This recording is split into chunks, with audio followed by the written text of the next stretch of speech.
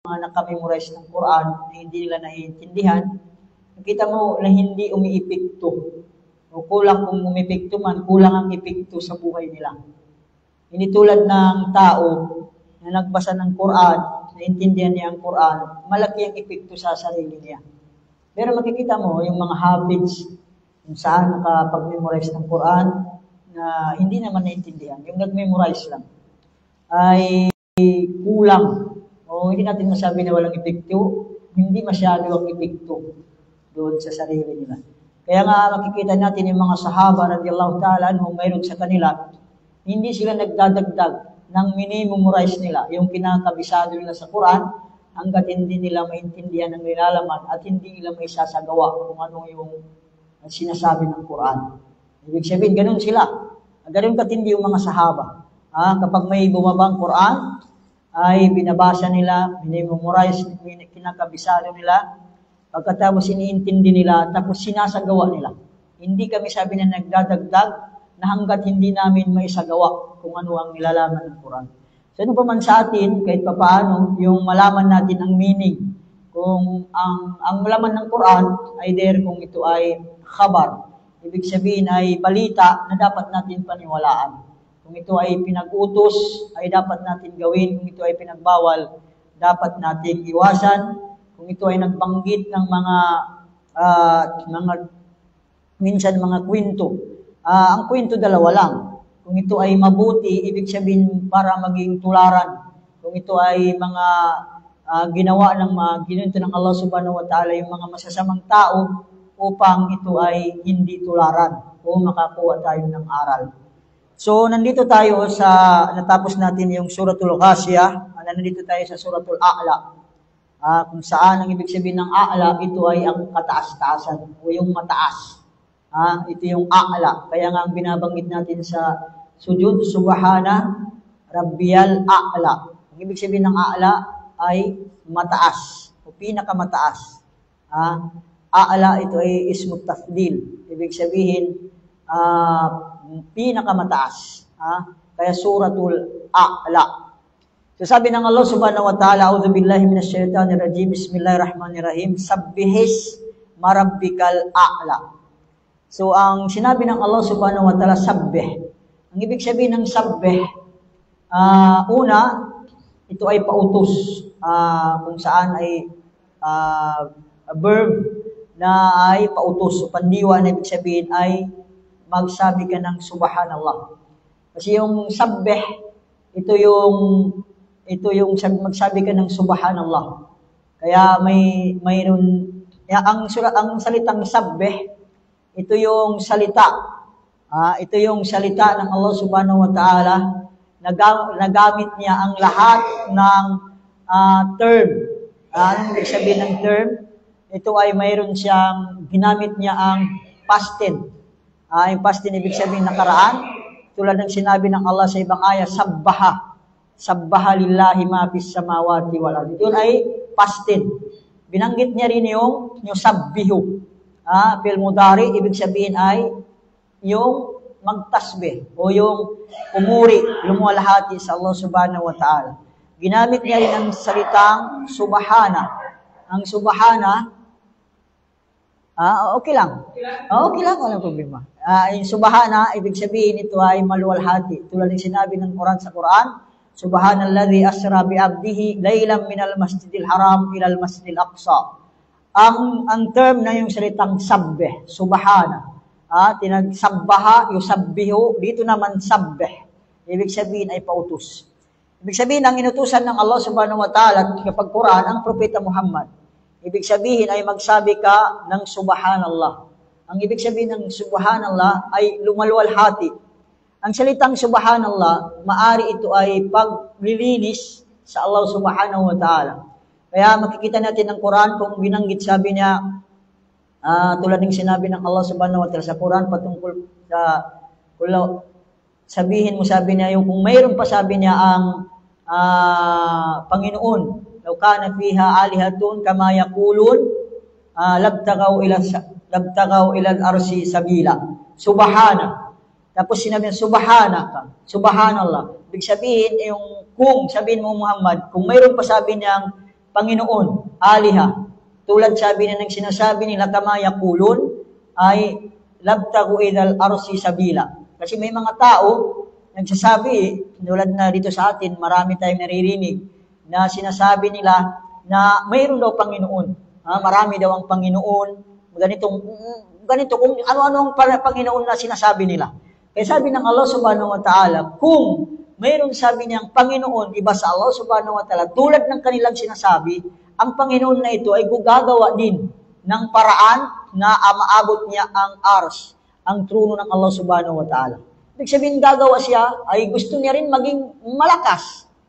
Pero, subhana, kaya ay niluluhati, nililinis ng Allah subhanahu wa ta'ala ang sarili niya. Subhana, maluwalhati ang Allah subhanahu wa ta'ala. Walang Panginoon maliban sa Kanya. Kaya sabi ng Allah subhanahu wa ta'ala, sabbihisma rabbikal a'la. Ay pumuri ka, lumuwalhati ka sa pangalan ng Panginoon mo ang kataas-taasan. Ang a'la, ang kapag sinabi natin kataas-taasan, tinatawag natin ay ulu. Kaya nga tayong mga ahlus sunnah wal jamaa, naniniwala tayong Allah subhanahu wa ta'ala ay nasa taas. Nasa taas. Although ang mga iba, makikita mo, maririnig mo, ang kanilang paniniwala, ang Allah subhanahu wa ta'ala, sabi niya, mawjud, ang Allah subhanahu wa ta'ala ay mayroon. Lamakan, bilamakan, wamakana, sabi niya, ang Allah subhanahu wa ta'ala, ang ibig sabihin ng sinasabi nila, ang Allah subhanahu wa ta'ala mayroon. Mayroon, naniniwala sa mawjud. Pero, ay walang lugar. At, kung ano siya, kan alamakan. Ibig sabihin, kung saan siya noong una, ay nandoon siya. So, wala nakakalang kung saan ang Allah subhanahu wa ta'ala kung wala pa ang lahat. Kaya kan alamakan. Ito yung paniniwala ng mga iba. Pero sa ating paniniwala, sinabi ng Quran, Ar-Rahman alal arshi istawa. Ang Allah subhanahu wa ta'ala, si Allah, ay nangibabaw sa kanyang trono, tinatawag na arsh. Ito yung binanggit ng Quran. Kaya yun yung a'la, ibig sabihin si Allah subhanahu wa ta'ala nandoon sa taas, sa kataas-taasan. Kaya nga makikita natin yung taas natin, ito yung 7 palapag na langit, pagkatapos yung Sidratul Muntaha, tapos ito ay tubig, pagkatapos kursi, pagkatapos yung arsh, tapos ang Allah subhanahu wa ta'ala, nasa taas siya ng arsh. Yun ang paniniwala natin. Ang Allah subhanahu wa ta'ala nangibabaw sa taas ng kanyang arsh. Kaya yung tinatawag na a'la. Kaya ang makan, kapag sinabi nating lugar, saan ang Allah subhanahu wa ta'ala, ang lugar na tinutukoy dito, yung jiha. Ibig sabihin yung direction, si Allah subhanahu wa ta'ala, nasa taas. Nasa taas. Ito yung sinasabihis, marabbikal a'la. So yun ang paniniwala natin. Ito yung maraming basihan sa Quran, kung saan sinabi ni Allah subhanahu wa ta'ala na siya ay nasa taas. Kaya nga, kapag ang isang tao, ang paniniwala niya si Allah subhanahu wa ta'ala, walang lugar, ibig sabihin, wala sa taas, wala sa kaliwa kanan, wala sa baba, ay para sabi ng mga ulama natin, si Allah subhanahu wa ta'ala, wala. Kasi ang ibig sabihin ng wala, ang wala, term na wala, as in wala sa taas, wala sa gilid, wala sa kaliwa, wala sa kanan, wala sa baba. Yan ang ibig sabihin ng wala. Kaya pag sabi na hindi tayo naniniwala, si Allah subhanahu wa ta'ala, na nasa taas, parang pinapaniwalaan natin na wala ang Allah subhanahu wa ta'ala. Kasi ang term ng wala ay wala. Wala sa taas, wala sa lahat. Kaya hindi maaari ang ganung paniniwala. Dapat ang paniniwala natin kung anong binanggit ng Quran, si Allah subhanahu wa ta'ala ay nangibabaw sa taas ng kanyang arsh. Arsh. At alam natin kung gaano kalaki ang arsh, sabi ng Allah subhanahu wa ta'ala, wasi'a kursiyus samawati wal ard. Ang kursi, hindi na binanggit ng Allah subhanahu wa ta'ala yung arsh, ngunit yung binanggit niya ang kursi. Ang kursi, kung sabi na ikumpara mo ang kursi sa arsh, para lang isang bilog na tinapon mo sa deserto. Yun ang kursi. Ang kursi, ito sa mga hari, sa mga kaharian, alam nila yung kursi. Ang kursi, ito yung pinaglalagyan ng paa ng hari. So, yun ang kursi. Hindi pa yun yung ars. Pero ang binanggit ng Allah subhanahu wa ta'ala sa Ayatul Kursi, wasi'a kursiyuhu. Ibig sabihin, mas malawak, malaki ang kursi. Ang kursi yung upuan, yung paglalagyan ng paa, minas kursiyus samawati walan, kaysa sa langit at lupa. Kursi lang yun, wala pa yung ars. Yun ang sinabi ng Allah subhanahu wa ta'ala. Tapos sabi ng Allah subhanahu wa ta'ala, alladhi khalaqa fasawwa. Ang Allah si Allah subhanahu wa ta'ala, nilikha niya ang lahat khalaqa. Ibig sabihin, nilikha niya ang lahat fasawwa, at inayos niya ang pagtalika. Tulad sa atin sa tao, kaya nga sabi ng Allah subhanahu wa ta'ala sa suratul Infitar, sabi niya, alladhi khalaqaka fa'adalak. Ibig sabihin, inayos tayo, pasawak. May sa mga iba, pasawak. Pasawak, ibig sabihin, yung nilikha niya ang lahat at maayos yung pagkalikha. Yung ibig sabihin, pasawak. Halimbawa tayo, yung tayo, nilikha tayo ng Allah subhanahu wa ta'ala, nilagay yung mata natin nandito sa harap. Paano kaya pag tulad tayo ng mga manok? Nandito yung mata natin sa gilid, no? Manok, nakita niyo yung manok? Nasa gilid yung mata. Ano kaya yung tao, no? Kapag sa gilid yung mata. O tulad tayo ng, ganon. So, ginilikha tayo ng Allah subhanahu wa ta'ala, pasawa, ibig sabihin inayos niya ang pagkalikha niya. Ano man nilikha ng Allah subhanahu wa ta'ala, hindi tayo makapagsabi ng puna. Lahat ng nilikha ng Allah subhanahu wa ta'ala, nakikita natin sa mundong ito, kahit yung langit. Ang langit, sinabi ng Allah subhanahu wa ta'ala, farji'il basara, hal tara min futur. Ulitin nyo, paulit-ulit nyo, sabi niya, tingnan nyo yung kalangitan. Mayroon ba kayong makikita na puna? Mayroon ba makapuna sa langit? Sabi mo, dapat ang kulay sana ng langit ay green, mga ganon. O sabi mo, ang dapat sa langit ay maliit na. O ganon, walang. Pero ang ano pa man, sinasabi ng Allah subhanahu wa ta'ala, paulit-ulit nyo tingnan ang kalangitan, wala kayong mapupuna, wala kayong masabing kamalian. Ang Allah subhanahu wa ta'ala, kung anong nilikha niya ay perfect. Perfect yan. Tulad kapag ang tao gagawa ng masjid, halimbawa itong masjid ginawa ng tao, sabi mo bakit mayroon pang puste sa gitna? Maganda sana wala ng puste para maganda tingnan, no? Pero kapag yan ang tao, dapat sabi mo yung pinto na ito hindi dito. Kasi kapag puno yung sap, paano dadaan yung papunta sa likod? Mga ganon, napuna, no? Mapupuna. Pero ang Allah subhanahu wa ta'ala, kung ano mang nilikha niya, wala tayong mapupuna. Ayun, pasawwa. Alladhi khalaqa pasawwa. Alladhi khalaqa pasawwa. Tapos sabi ng Allah subhanahu wa ta'ala, walladhi qaddara fahada. Siya rin si Allah subhanahu wa ta'ala qaddara. Ang qaddara, binigyan ng kapalaran, may nakatakda. Di ba? Lahat ng may nakatakda. Yung tayo, kung hanggang saan lang tayo, mayroon tayong hangganan. Tinakda ng Allah subhanahu wa ta'ala. Walang makapagsabi, sabi mo ako ay ganito, ganyan. Mayroon, itinakda sa atin ng Allah subhanahu wa ta'ala. Qaddara. Fahada, at naggabay. Si Allah subhanahu wa ta'ala, siya ang lumikha sa lahat, siya rin ang naggabay. Ginabayan niya ang lahat ng nilikha niya. Hindi ito pinabayan. Kaya si Faraon, yung sa surat Taha, sabi ni Faraon kay Musa, "Fama rabbukuma ya Musa?" Sino sabi niya Panginoon mo pinapakilala mo? Kasi si Faraon nagsasabi niya siya ay Panginoon. Sinabi ng Allah subhanahu wa ta'ala, sinabi ni Faraon, sino sabi niya, "Paman rabbukuma ya Musa?" Sino sabi niya, "Paman rabbukuma"? Sino sabi niya Panginoon ninyong dalawa? Si Harun at si Musa. Sabi ni Musa alayhis salam, "Qala rabbuna alladhi a'ta kulla shay'in khalqahu thumma hada." Alladhi a'ta kulla shay' khalqahu. Ibig sabihin, siya yung lumikha, binigyan ng lahat ng kanyang nilalang at siya rin ang naggabay. Alladhi a'ta kulla shay'in khalqahu thumma hada. Thumma hada. Ibig sabihin, ginabayan. Ang manok, ginabayan kung paano mangitlog. Mangitlog tapos maglimlim.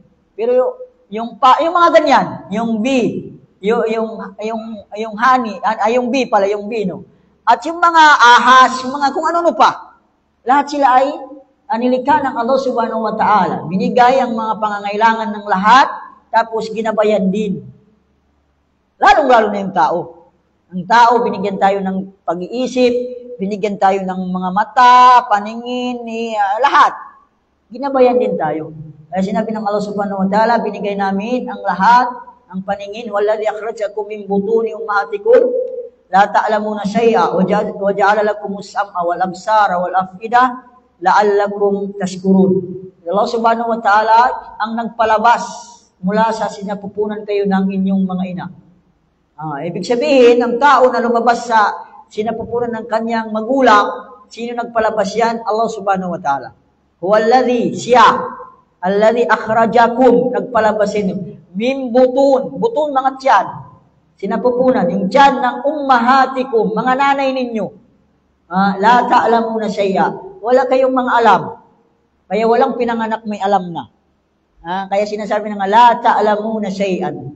Wala kayong alam. Tapos sabi ng Allah, waja'ala lakumus sam'a. Binigyan kayo ng pandinig, wal absar, yung paningin, wal afida, yung puso, ang puso't isipan, la'allakum tashkurun. Nawa, sabi ng Allah subhanahu wa ta'ala, makapagpasalamat kayo sa Allah.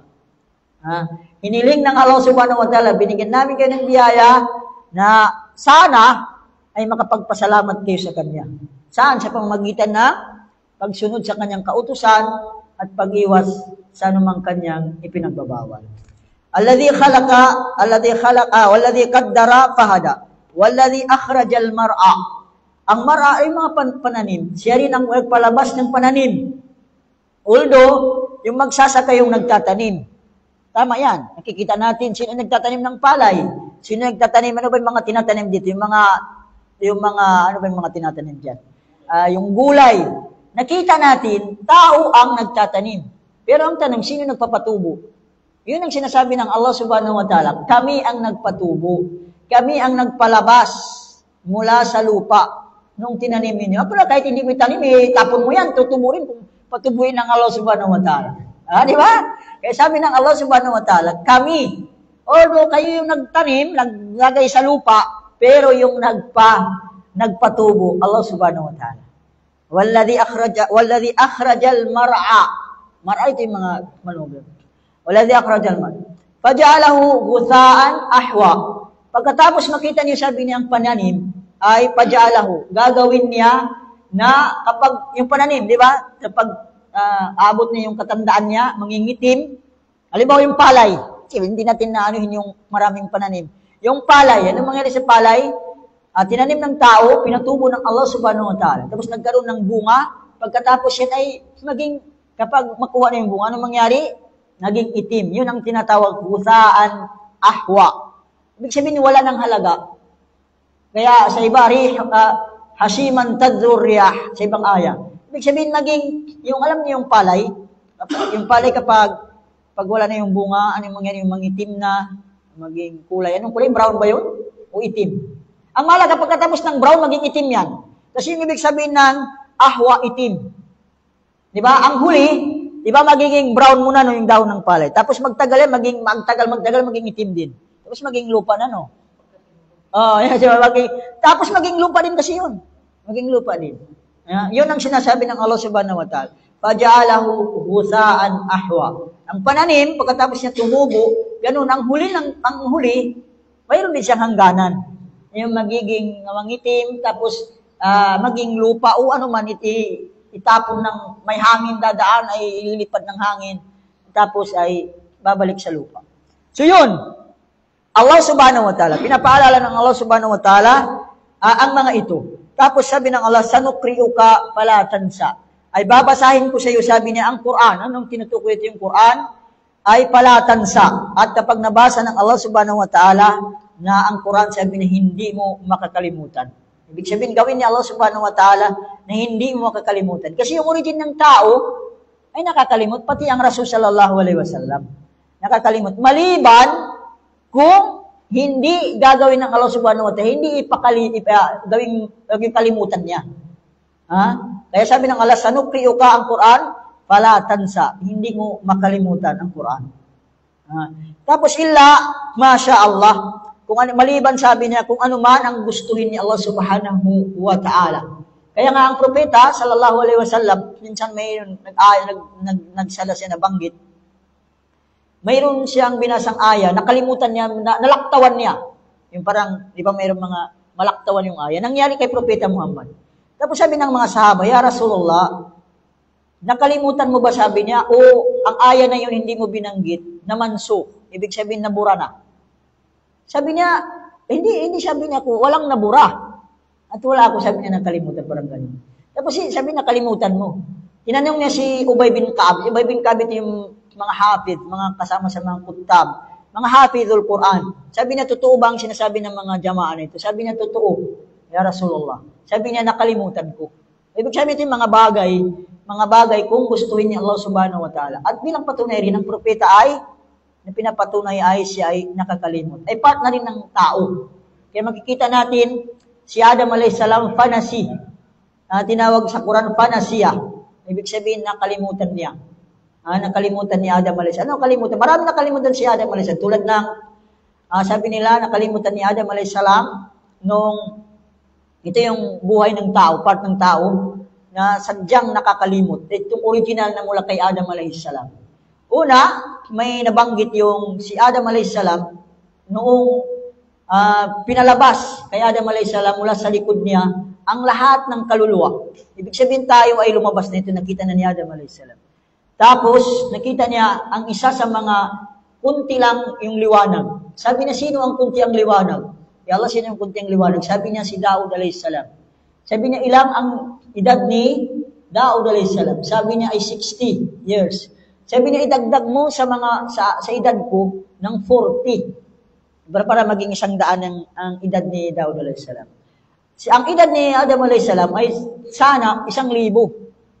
Tapos, nung dumating na 960 years, dumating na si Malakul Maut. Sabi ni Malakul Maut ay umabot na, sabi na yung buhay mo, 960. Sabi niya, hindi ba 1,000? Sabi niya, sabi niya 1,000, pero nakalimutan mo, binigay mo yung 40 years kay Daud alayhis salam.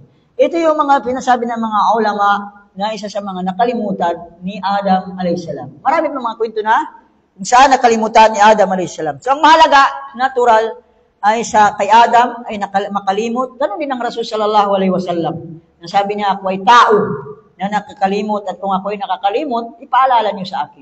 Tulad ng mga sala. Ang sala, ang propeta, may salatul asarata, nagawa niyang 2 rakaat. Sabi ng propeta, nagkasar ba tayo? Sabi ng mga sahaba, sabi niya, hindi. Sabi niya, 2 rakaat lang. Sabi na, tinayo nila yung 2 rakaat. Nakakalimot, bilang patunay, ang propeta sallallahu alaihi wasallam nakakalimot. Kaya sabi ng Allah, sa priyo kapalatan sa. Ang hindi lang makalimutan niya, kung gagawin ni Allah subhanahu wa ta'ala. Pero kung ano mang gustuhin ni Allah na bagay, ay ganun sabi niya, makakalimutan niya. Innahu ya'lamul jahra wa yakhfa. Innahu ya'lamul jahra wa ma yakhfa. Innahu ya'lamul jahra wa ma yakhfa. Si Allah subhanahu wa ta'ala ay nakakaalam kung ano man ang nilalantad natin at ano mang nililihim. Jahra yung nilalantad, yakhfa yung nililihim. Kaya sabi na kahit yung dabibun namla, ang dabibun namla, ito yung lakad ng langgam. Sabi na langgam itim, doon pa sa madilim, nalalaman pa ng Allah subhanahu wa ta'ala. Kaya nga si Allah subhanahu wa ta'ala, anumang nalalantad, anumang tinatago, kahit yung nasa puso natin. Ikaw pumunta ka dito sa Masjid Abu Salih, halimbawa, alam niya Allah kung ano yung layunin mo, ano ang intensyon mo. Para lang halimbawa, sabi mo, ay ano ba yung intensyon? Para may makakain ng pandesal, mga ganun halimbawa lang. So, alam ng Allah subhanahu wa ta'ala. Kung halimbawa yung layunin mo para makarinig ng pag-aaral, alam ng Allah subhanahu wa ta'ala. Yun ang wama yakhfa. Ano man tinatago mo sa puso mo, alam ni Allah subhanahu wa ta'ala. Alam natin, mapunta tayo dito, mayroon tayo sa puso natin kung ano ang intensyon natin. Ano man ang intensyon natin yan, ano man nasa puso natin, alam ni Allah subhanahu wa ta'ala. Innahu ya'lamul jahra wa ma yakhfa. Malay pa ba? Mahaba ba? Di ba? Pag malapit na, bilisan na lang natin. Wa nuyassiruka lil yusra. Gawin namin madali. Wa nuyassiruka. Ibig sabihin gawin namin madali sa iyo ang mga bagay, ang Islam. Kaya nakikita natin at yung Islam napakadali. Ang kailangan natin mag-aral upang malaman natin ang mga kautusan, alam natin gawin. Halimbawa, yung sala. Kapag hindi mo kayang tumayo, ay inutusan ka umupo. Umupo. Kung hindi mo kayang umupo, nakahiga, ay ala jambin. Ibig sabihin yung nakatagilid. Nakatagilid ka. Yun ang Islam. Kaya hindi ginawa ng Allah subhanahu wa ta'ala ang Islam na ito pahirap. Hindi pahirap ang Islam. Actually, tulad ng napag-uusapan din natin, ang lahat ng katuruan ng Allah subhanahu wa ta'ala ito pahirap. Bagkus para rin sa sarili natin. Halimbawa yung sala. Kung titingnan natin yung sala, napakahirap. Pero pala, ayon sa pag-aaral, na lumabas na pag-aaral, ito pala yung pinaka-best, pinaka-mainam na exercise. Di ba? Nanon yung sa Facebook parang pinaliwanag, yung galing ka magganon, tapos yung mga sujud, pinaka-mainam na exercise yan. At saka yung mga dugo natin kapag sumujud tayo, pupunta yan di ba, pupunta doon sa ulo. May mga kabutihan ito. Hindi natin alam. Ibig sabihin pala, at the same time, yung kautusan ng Allah subhanahu wa ta'ala, yung para rin kabutihan natin sa sarili natin. So, tingnan mo, ibig sabihin, gumawa ka lang ng gawain, yung pala kakabuti rin sa'yo. Yung mga pag-ayuno. Di ba yung pag-ayuno, ulo sabi mo, mahirap na hindi ka kakain ng... Yung pala, marami pang kabutihan pala.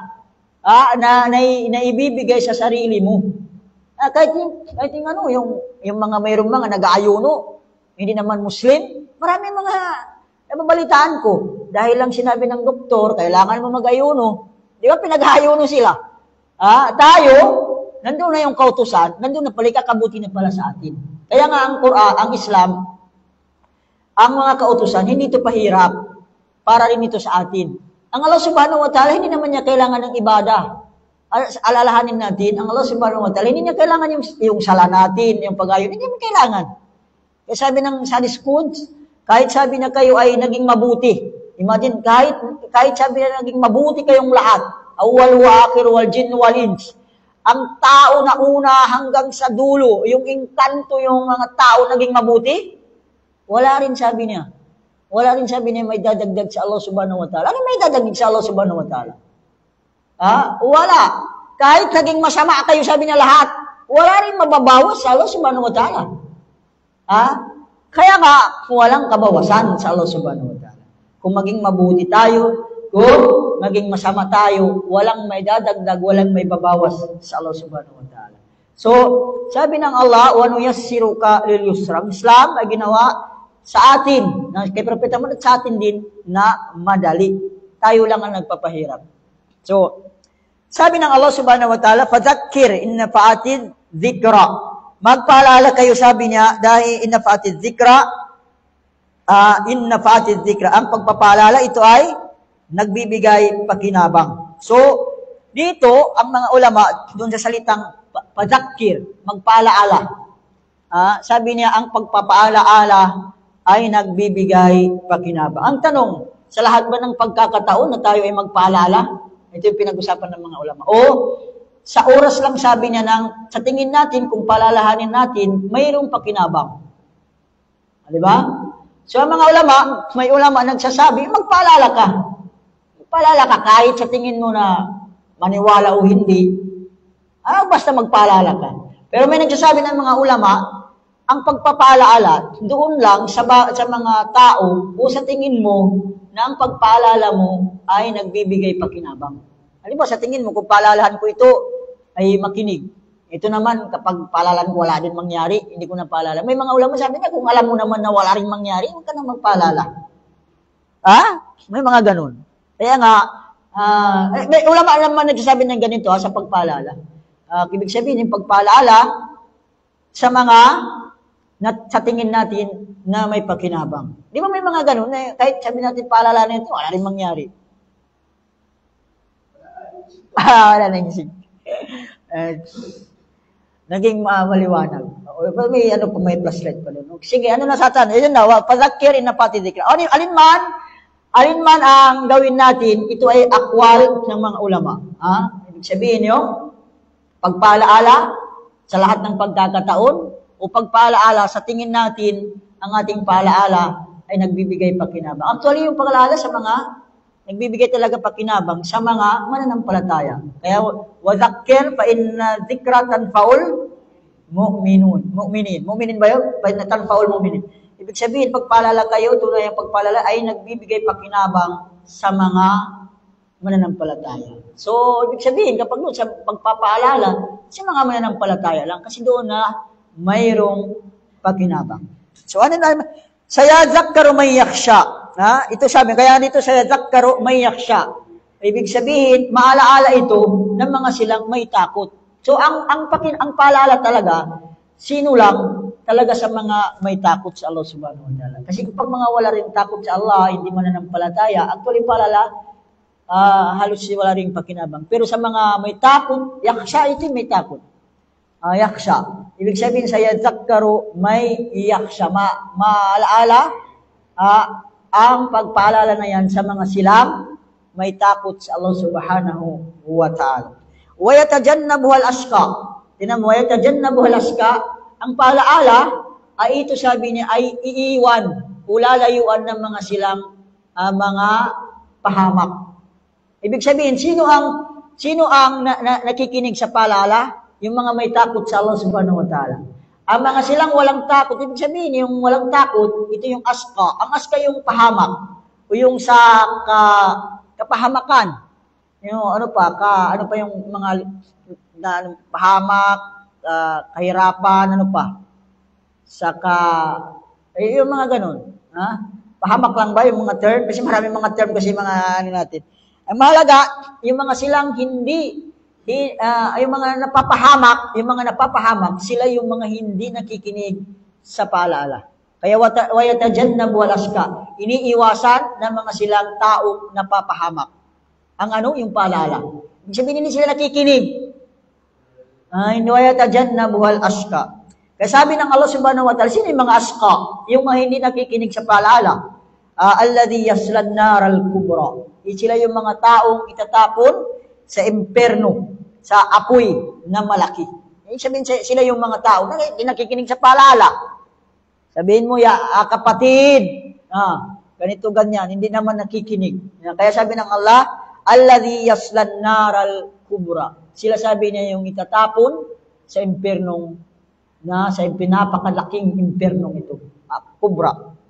Kaya, so, ano mangyari? Ito, nabanggit din natin yung mga tao sa imperno, mga nakaraan, no? Ano yung kinakain, ano yung mga mangyari sa kanila, di ba? Nabanggit natin sa Suratul Qasiyah. So, sinabi ng Allah subhanahu wa ta'ala dito sa Suratul A'la, ang tao sa imperno, alladhi yaslan nar al-kubra, thumma la yamutu fiha wa la yahya. Ibig sabihin, ang parusa doon, la yamut. Ang tao, kahit gaano man kasakit, katindi ng sakit na maramdaman niya, hindi siya mamamatay.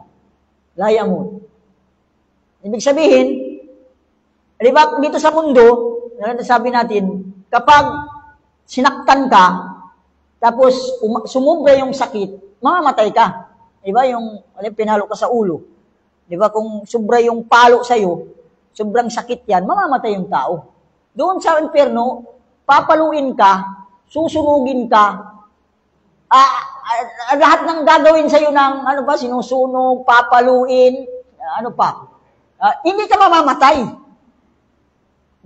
Maramdaman mo lang yung sakit. Yung sakit na yun, tiisin mo, mararamdaman mo yung sakit. Sukdulan na. Dito sa mundo, kapag yung masukdulan ng sakit, mamamatay yung tao. Mamamatay yung tao, alam mo, palo sa masunog yan, doon sa impyerno, ang tao masusunog. Masusunog yung balat, masakit na yan, dito lang sa mundo, kapag masusunog na, di ba, may mga level yan, pasok yan, mamamatay yung tao. So doon, imagine, masusunog yung balat, yung mga buto na yan, lahat na yan, pero hindi ka na mamatay. Hindi na mamatay yung tao. Tapos, babalik yun ulit. Babalik na naman yung katawan mo, yung balat mo, susunugin naman ulit, para maramdaman mo yung sakit lang. Kaya sabi ng Allah subhanahu wa ta'ala, kullama nawdijat juluduhum, baddalna juludan ghayraha, liyazuqal adab. Ibig sabihin, sa bawat, o sa tuwing, sabi niya, matutunaw, masusunog, yung kanilang balat, ay papalitan namin, sabi niya, ng ibang balat. Panibagong balat, para sabi niya, maramdaman nila ang sakit. Actually, binanggit dito, bakit balat? Kasi pala, yung sakit sa balat, kaya nga, tingnan mo, kung kurutin ka sa balat lang, masakit. Pero kung kurutin ka sa may laman, walang sakit. Kasi pala yung sakit sa balat. Kaya nga tingnan mo ang injection, yung ano lang yung balat. Pero kapag tatagos na kahit kaano kalalim ng injection yan, wala nang sakit. Kasi yung sakit sa balat. Ito yung binabanggit ng Quran. Kaya sabi na sa tuwing matutunaw, masusunog ang balat nila, papalitan namin yung balat na yun kasi nandun yung sakit. Nandun yung sakit, nararamdaman yung sakit sa balat. Yun ang ano. Nasa tuwing masusunog, matutunaw ang balat, papalitan namin para maramdaman nila ang sakit ng parusa. Yan ang sinasabi ng Allah. Kaya nga sinasabi ng Quran, yung binanggit sa suratul Fajr, la yu'adzibu azabahu ahad. Ibig sabihin, ang parusa ng Allah subhanahu wa ta'ala, wala pang sino man nakaparusa. Piliin mo na yung tao na naging masamang tao dito sa mundo. Walang-wala sa parusa ng Allah subhanahu wa ta'ala. Imagine ganun. Isipin mo yung ganun. Sino nakapagparusa ng ganun? Yung sinunog. O may nakuha natin sa suratul Buruj. Suratul Buruj, sinunog yung mga tao. Ay, makukuha rin natin. Sinunog yung lahat ng Muslim. Lahat ng Muslim, sinunog. Nakuha sila yung sinunog ng lahat ng Muslim. Pinarusa nila yung Muslim. Pero, mamatay. Hindi na mabubuhay ulit. Pero sa Allah subhanahu wa ta'ala, masusunog lang, babalik yung balat. So yun, layamut. Sa parusa na yun, hindi mamamatay yung tao. Tapos, fiha, doon sa impyerno, wala yahya. Hindi rin siya mabubuhay. Ibig sabihin ng buhay dito, hindi ka mabubuhay tulad ng buhay ito, makaahon ka sa sakit. Walang ganun. Walang buhay. Yung buhay dito, walang buhay doon na kahit segundo. Segundo lang kahit segundo na mabuhay ka ng yung tulad ng ganito. Wala. Ibig sabihin, buong buhay mo doon sa loob ng impyerno, sakit lang ang nararamdaman mo. Wala yahya, hindi ka mabubuhay na buhay na walang sakit. Yung walang sakit. Wala kang yun, ibig sabihin, la yamutu fiha, wala yahya. Yahya yung mabuhay. Ibig sabihin, walang buhay na walang sakit. Pero hindi ka rin mamamatay sa sakit. Kaya, la yamutu fiha, wala yahya. Kaya sabi ng Allah subhanahu wa ta'ala, kad aflaha man tazakka. Tunay sabi niya ay nagtagumpay ang sino man naglinis. Sabi nito naglinis, alam niyo, nagzakat. Kasi yung zakat na, ang ibig sabihin ng zakat, paglilinis yan. Paglilinis sa kayamanan. Paglilinis sa sakit mong karamutan. Kaya nga yung mga zakat, kad aflaha man tazakka. Kaya ang zakat, obligado ibigay kasi hindi mo pera. Hindi mo pera yung zakat. Yung 2.5% na sa kayamanan. 2.5% sa kayamanan. Inshallah, mapag-aralan natin yung zakat kapag may nandiyan tayo sa fikhi. Pag-aralan natin yung tungkol sa zakat. Para kung mabanggit yung zakat, alam natin ano ba yung zakat. Kasi isang kitab yan, isang libro. Hindi mo makuha ng isang araw pag-aralan mo lang yung zakat. Inshallah, pag-ano natin. Kada aflaha man tazakka, ibig sabihin mag-zakat o nagmalinis. Minsan kasi yung literal meaning ng zakka, naglinis. Kapag naglinis ka mula sa kasalanan. Yung kasalanan mo, nilinis mo, hindi ka gumawa ng kasalanan. Wa dhakaras marabbika fasalla. Wa dhakaras marabbika fasalla, ibig sabihin, sabi nila ang dhakaras marabbika fasalla, ito yung Eid. Kaya mag-zikr tayo, di ba mag-takbir, tapos mag-sala. Yung sala ito. So ano man, pwede rin yung zakara, ibig sabihin ng zikr, sa kanyang Panginoon, magsabi ng subhanallah, alhamdulillah, zikr yan. Wa dhakaras marabbihi, wa dhakaras marabbihi, fasalla, at nagsala. Actually, yung mga ano natin, sala. Ang sala, wa dhakaras marabbihi, fasalla. Ito yung nagzikir siya, nag-alala sa Allah subhanahu wa ta'ala, at nagsala. Tapos sabi ng Allah subhanahu wa ta'ala, baka ilang minutes, signalan mo lang tayo, no? Kasi kinisignalan tayo na. Sabi ng Allah subhanahu wa ta'ala, Nine na lang. Balto sirunal hayatad dunya. Bagkus ang mga tao, mas pinili nila, mas binigyan nilang halaga ang buhay sa mundong ito. Balto sirunal hayatad dunya. Actually, yung karamihan sa tao. Ang usapan natin kung ano yung karamihan sa tao, mas pinili niya ang buhay sa mundong ito kaysa sa buhay sa kabilang buhay. Anong ibig sabihin? Ibig sabihin, ay nagmasaya na siya dito, hindi na sumunod sa kautusan ng Allah subhanahu wa ta'ala. Pinili niya na ito. Kaysa yung kabilang buhay. Bal tu'thirun. Tu'thirun, ibig sabihin yung mas lamang na sa'yo, o binigyan mo na mas mahalaga sa'yo ang buhay sa mundong ito. Mas mahalaga na sa'yo. Ibig sabihin, kahit yung nagsala na, kahit yung Jum'ah, hindi ka na pupunta doon. Sa masjid, hindi ka na magsala. Ibig sabihin, mas mahalaga na sa'yo yung buhay sa mundong ito. Yun ang ibig sabihin ng bal tu'thirunal hayatad dunya. Walang problema yung mabuhay sa mundo, gawin mo ang lahat. Ang mahalaga naman, binibigay mo yung karapatan ng Allah subhanahu wa ta'ala. May karapatan ng Allah subhanahu wa ta'ala. Sinabi niya sa hadis, coach, sinabi ni Propeta Muhammad yung may karapatan ng Allah sa alipin. Ano yung karapatan? Yung sambahin si Allah na hindi siya ipagtatambal. Yan mga karapatan. Karapatan naman ng alipin sa Allah, hindi siya paparusahan. Diba nabanggit sa hadis ito?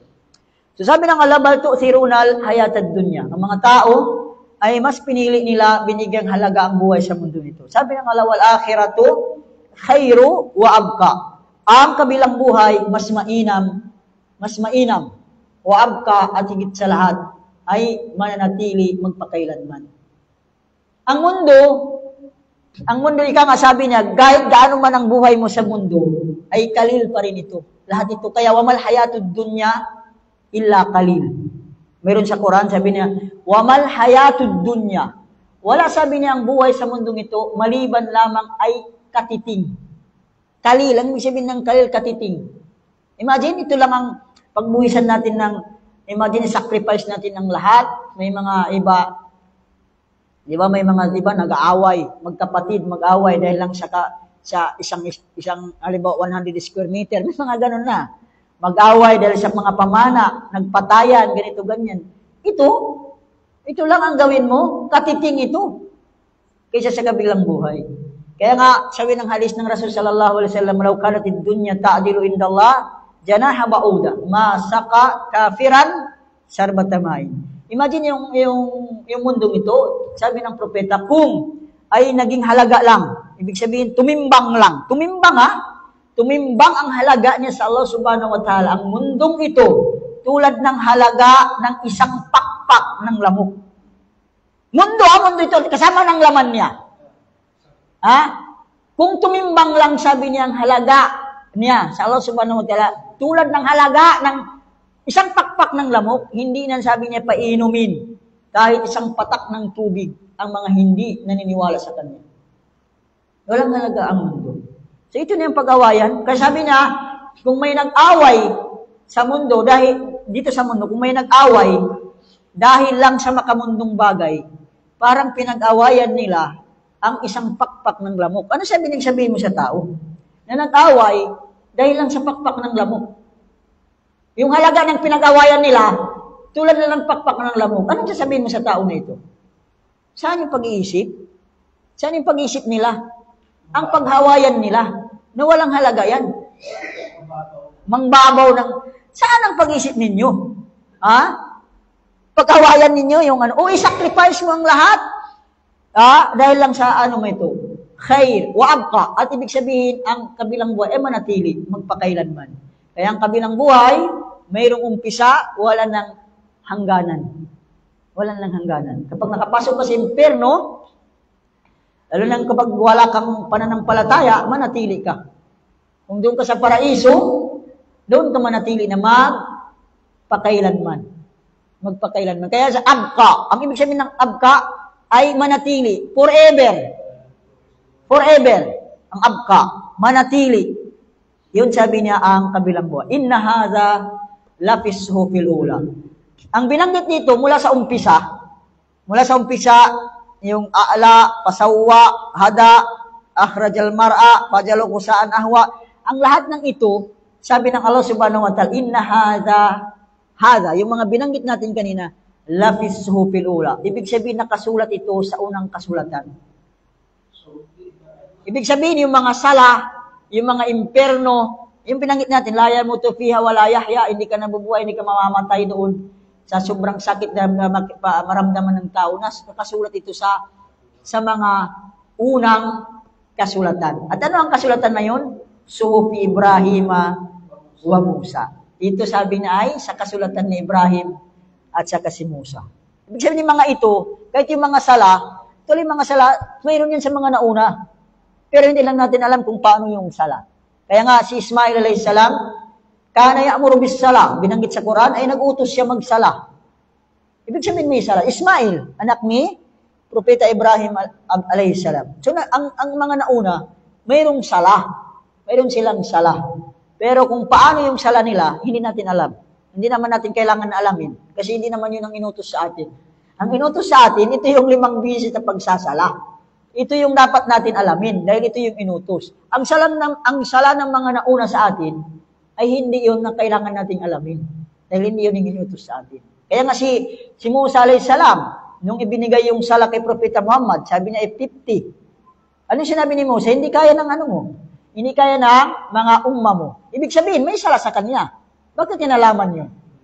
Bakit niya nalaman yun na ibig sabihin, hindi kaya ng umma mo yung sala na 5 beses? Ibig sabihin, sabi ng mga ulama, ay may sala. May sala kay Musa alayhis salam. Ibig sabihin, inutos niya na yung sala sa panahon sa angkan ng Israel, dahil si Musa alayhis salam, siya ay propeta lang sa angkan ng Israel. Sa mga angkan ng Israel, yung mga propeta ng angkan ng Israel, maraming propeta, hanggang doon lang sila sa Israel. Pati si Isa alayhis salam.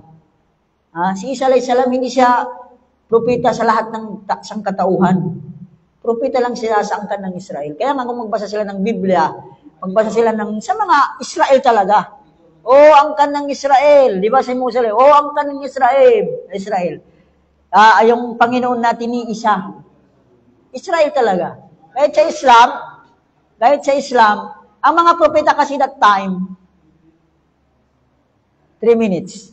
Ang mga propeta ng mga sinauna, mayroon din silang lugar.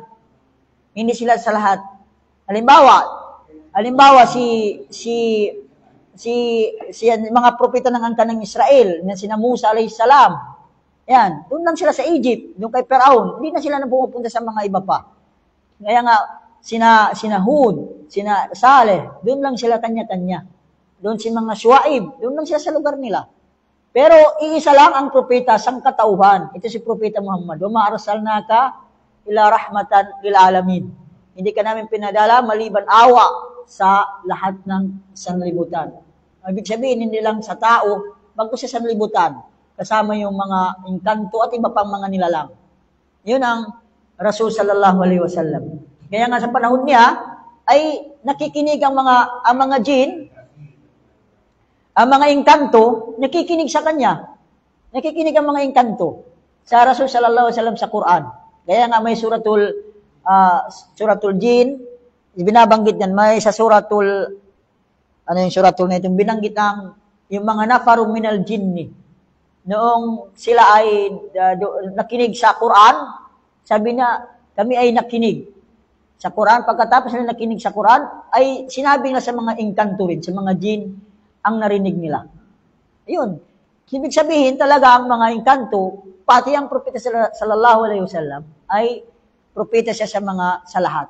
Kaya hanggang ngayon, makikita natin ang Allah subhanahu wa ta'ala, siya ang naglagay, gumawa ng Islam, siya rin ang magpalaganap ng Islam.